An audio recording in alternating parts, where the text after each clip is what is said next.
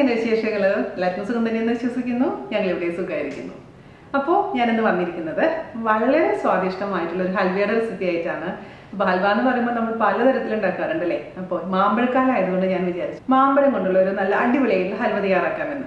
അപ്പോൾ ഇത് ഉണ്ടാക്കാൻ വളരെ എളുപ്പമാണ്. കുറച്ച് സമയം ഇളക്കണമെന്നേ ഉള്ളൂ. പക്ഷേ ഇതിന് ഉപയോഗിക്കുന്ന ഇൻഗ്രീഡിയൻസിൻ്റെ എണ്ണം വളരെ കുറവാണ്. നമ്മുടെ വീട്ടിലുള്ള ഇൻഗ്രീഡിയൻസ് വെച്ചിട്ട് വളരെ എളുപ്പത്തിൽ സ്വാദിഷ്ടമായിട്ടുള്ള ഹൽവ നമുക്ക് തയ്യാറാക്കിയെടുക്കാൻ പറ്റും.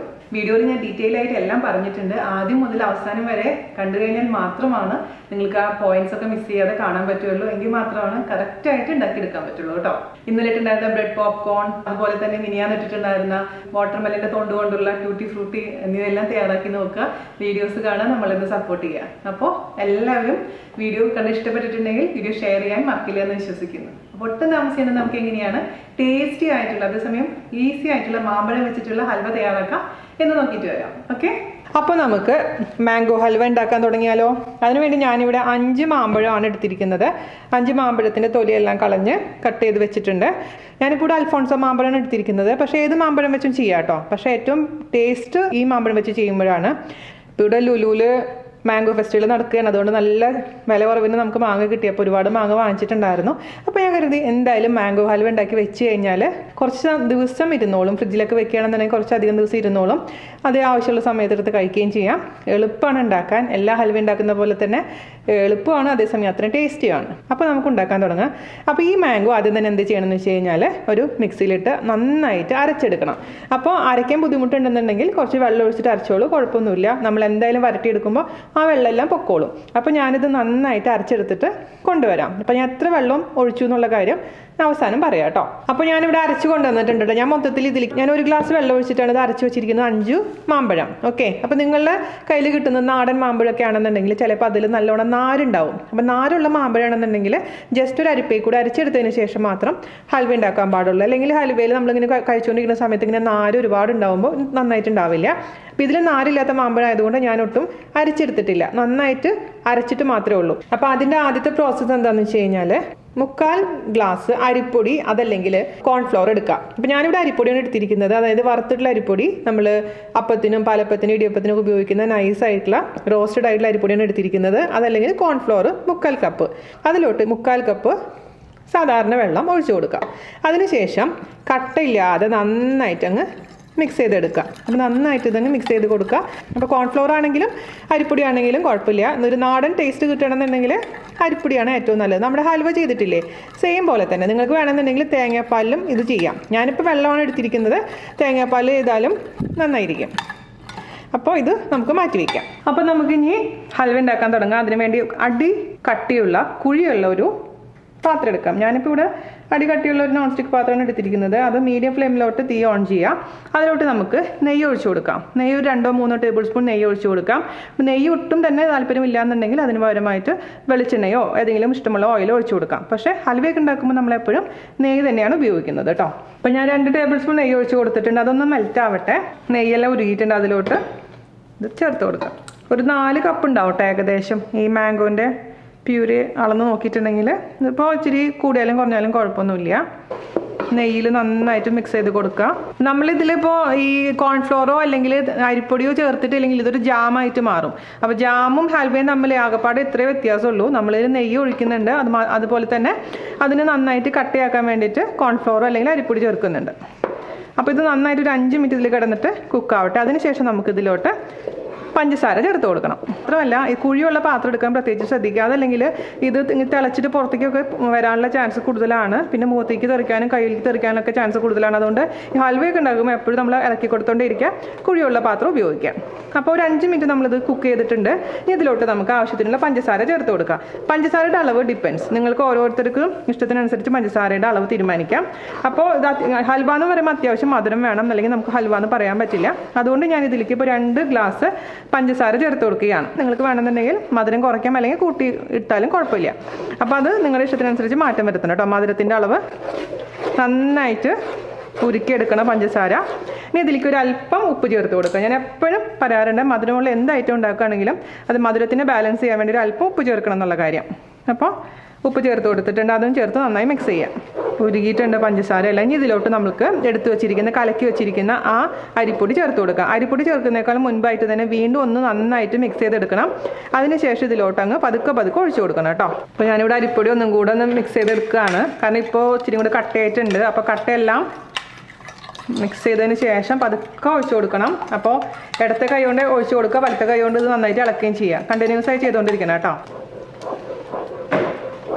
അല്ലെങ്കിൽ ഇത് കട്ട പിടിക്കും. ഇളക്കിയിട്ടില്ലെങ്കിൽ ഇത് പെട്ടെന്ന് തന്നെ ഇത് കട്ട പിടിക്കും. അതുകൊണ്ട് അത് ശ്രദ്ധിക്കുക. ഓക്കെ, അപ്പോൾ കണ്ടിന്യൂസ് ആയിട്ട് ഇളക്കുക. വേറെ ഒന്നുമില്ല പരിപാടി. ഹൈ ഫ്ലെയിമിൽ ഇടാൻ പാടില്ല ഒരിക്കലും. ഹൈ ഫ്ലെയിമിൽ ഇട്ട് കഴിഞ്ഞാൽ പെട്ടെന്ന് തന്നെ കട്ട പിടിക്കും, പക്ഷേ ആ ടേസ്റ്റ് ഉണ്ടാവില്ല. അതുകൊണ്ട് ഇത് മീഡിയം ഫ്ലെയിമിലാണ് നമ്മളിത് കുക്ക് ചെയ്തെടുക്കേണ്ടത്.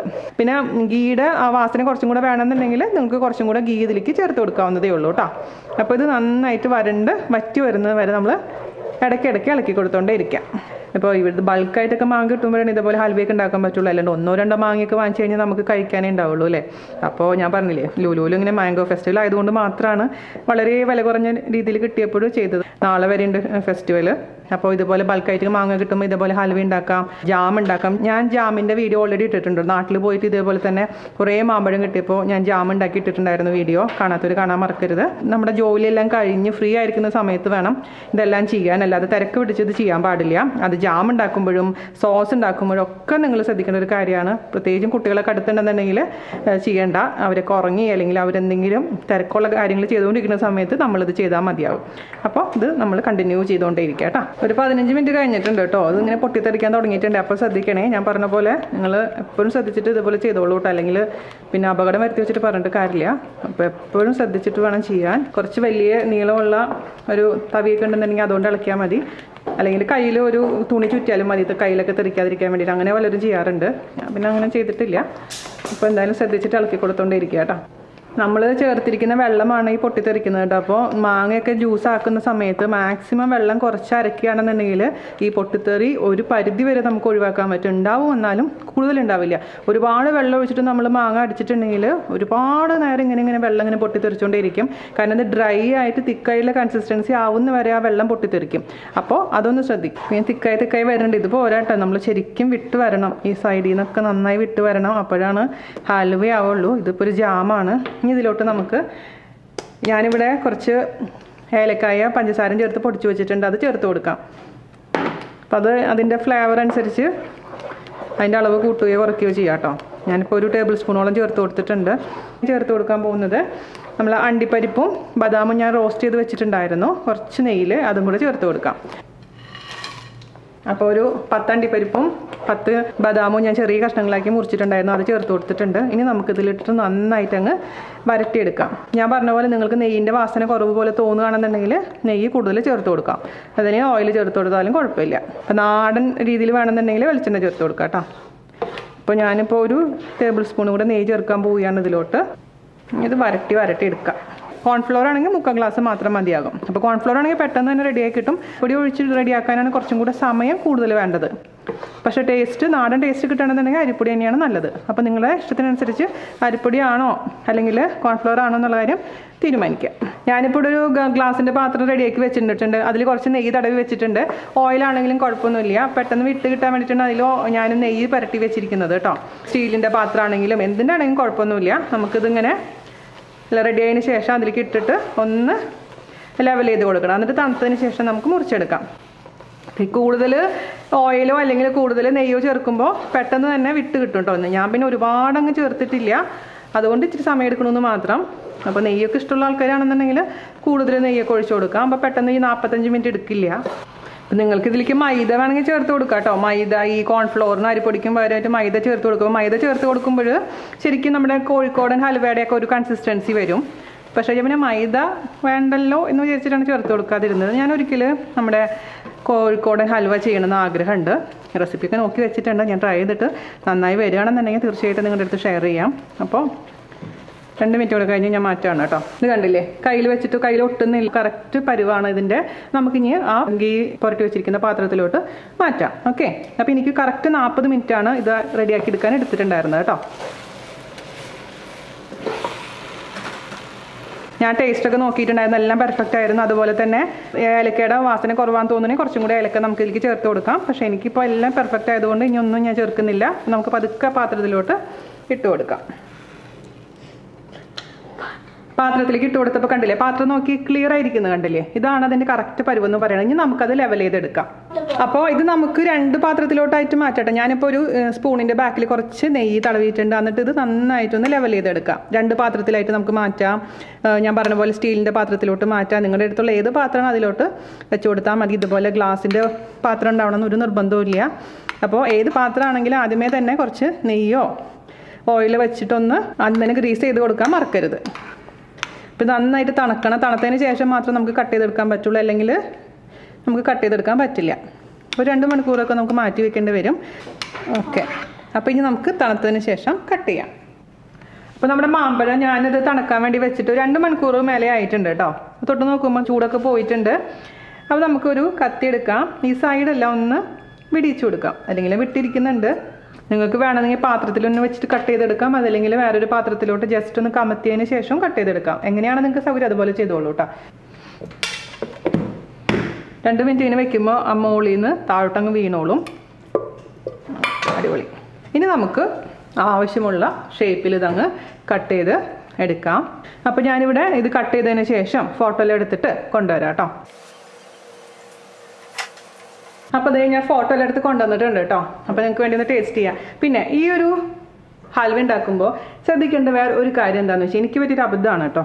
ഞാനിപ്പോൾ നട്ട്സൊക്കെ ഇട്ട് കൊടുത്തിട്ടുണ്ടായിരുന്നില്ലേ, ഇപ്പോൾ കട്ട് ചെയ്ത് നോക്കുമ്പോൾ മുറിക്കുമ്പോൾ ആ നട്ട്സ് മുറിക്കുമ്പോൾ പെട്ടെന്ന് ആ ഷേപ്പ് കിട്ടുന്നില്ല, കട്ടായി പോകുന്നുണ്ട്. അതുകൊണ്ട് നട്ട്സ് എൻ്റെ അഭിപ്രായത്തിൽ അവസാനം ഇട്ട് കൊടുത്താൽ മതിയാകും. കാരണം ഉള്ളിലോട്ട് വരുമ്പോൾ കറക്റ്റായിട്ട് മുറിച്ചെടുക്കാൻ ഇച്ചിരി ബുദ്ധിമുട്ടി. ഞാൻ അത് ഒന്ന് എടുത്ത് പറയാൻ ആഗ്രഹിച്ചു. പിന്നെ വേറൊരു കാര്യം എന്താണെന്ന് വെച്ച് കഴിഞ്ഞാൽ, നല്ല സോഫ്റ്റ് ആയിട്ടുള്ള ഒരു പുഡിങ് പോലത്തുള്ളൊരു ഹൽവയാണിത്. അതേസമയം നമ്മുടെ കോൺഫ്ലോർ ഇട്ടിട്ടുണ്ടെങ്കിൽ കുറച്ചും കൂടെ ഹാർഡായിരിക്കും. പക്ഷെ പേഴ്സണലി എനിക്ക് ടേസ്റ്റ് വൈസ് ഇഷ്ടം ഇത് ഈ ഹൽവയാണ്. ഞാനിവിടെ എടുത്തിട്ടുണ്ടായിരുന്നു 3/4 കപ്പ് അരിപ്പൊടി ആയിരുന്നില്ലേ. അപ്പോൾ 1 കപ്പ് അരിപ്പൊടി എടുത്തോളൂ കേട്ടോ നിങ്ങൾ. കാരണം 3/4 കപ്പ് അരിപ്പൊടി ആകുമ്പോൾ കുറേ സമയം എടുക്കുന്നുണ്ട് ഇത് വരട്ടി വരാൻ. അപ്പോൾ അത് നിങ്ങൾ ആദ്യമേ തന്നെ 1 കപ്പ് അരിപ്പൊടി 1 ഗ്ലാസ് വെള്ളത്തിൽ കലക്കി ഒഴിച്ചാൽ മതിയാവും കേട്ടോ. അപ്പോൾ ഒരു 35 മിനിറ്റ് കൊണ്ടൊക്കെ റെഡിയായി കിട്ടിക്കോളും. അപ്പോൾ ഞാനൊരു വായ കഴിക്കട്ടെ. വേണ്ട, ഒരു ശരിക്കും പുഡിങ് തന്നെ. ഇതിൻ്റെ ഗുണം എന്താണെന്ന് വെച്ച് കഴിഞ്ഞാൽ, ഓവറായിട്ട് നെയ്യില്ല, ഓവറായിട്ട് മധുരമില്ല, നല്ല പെർഫെക്റ്റ് ആയിട്ടുള്ളൊരു കോമ്പിനേഷനാണ്. ചെറിയൊരു പുളി എവിടെയോ ഉണ്ട് മാങ്ങയുടെ, അതേസമയം നല്ല അത്യാവശ്യം നല്ല മധുരവും ഒക്കെ ആയിട്ട് സൂപ്പറായിട്ടുള്ള ടേസ്റ്റി ആയിട്ടുള്ള ഒരു ഈസി ആയിട്ടുള്ള ഹൽവ. അപ്പോൾ എല്ലാവരും ഒന്ന് തയ്യാറാക്കി നോക്കുക. അതിനുശേഷം അഭിപ്രായം പറയാൻ മറക്കരുത്. ഇപ്പോൾ നാട്ടിലാണെങ്കിൽ ഇവിടെയാണെങ്കിലും ഒക്കെ മാമ്പഴക്കാലമാണ്. അപ്പോൾ തയ്യാറാക്കിയതിന് ശേഷം ഫീഡ്ബാക്ക് തരിക. നിങ്ങൾക്ക് വീഡിയോ ഇഷ്ടമായിട്ടുണ്ടെങ്കിൽ ദയവേത് ഷെയർ ചെയ്യുക, നമ്മളൊന്ന് സപ്പോർട്ട് ചെയ്യുക. അപ്പോൾ അടുത്ത അടിപൊളിയായിട്ടുള്ള റെസിപ്പി ആയിട്ട് വരുന്നതുവരെ നന്ദി, നമസ്കാരം. Thank you. എന്താ ഭംഗി, എന്താ കളറ്, പോക ജാൻ ചേട്ടൻ്റെ ബ്രഞ്ച് മഷ്റൂം, 2 കളറ് ക്യാപ്സിക്കം, പിന്നെ ബുൾസൈ. കളർ ഈ ക്യാപ്സിക്കത്തിന് ഭയങ്കര ടേസ്റ്റാണ് പച്ചനേക്കാളും. ഇതൊരു ചെറിയൊരു മധുരമുള്ള ക്യാപ്സിക്കം എനിക്ക് ഭയങ്കര ഇഷ്ടം.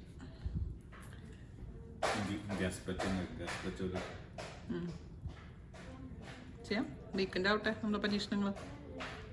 ഇതിൻ്റെ ഭംഗിൻ്റെ ഒന്ന് നോക്കുമ്പോൾ ഇങ്ങനെ പുക പോകണം. ഇന്നിപ്പോൾ നമ്മുടെ മാംഗോ ഹൽവ ഫോട്ടോ എടുക്കണം. ഞാൻ പോയി കുളിക്കട്ടെ. 2 ഊത്തപ്പം ജാൻ ചേട്ടാ അവിടെ കഴിക്കുമ്പോൾ ആ സെയിം സാധനം തന്നെ ഞാൻ എൻ്റെ ഊത്തപ്പത്തിന് വേണ്ടിയിട്ട് ഫില്ലിംഗ് ആയിട്ട് ഉപയോഗിക്കും.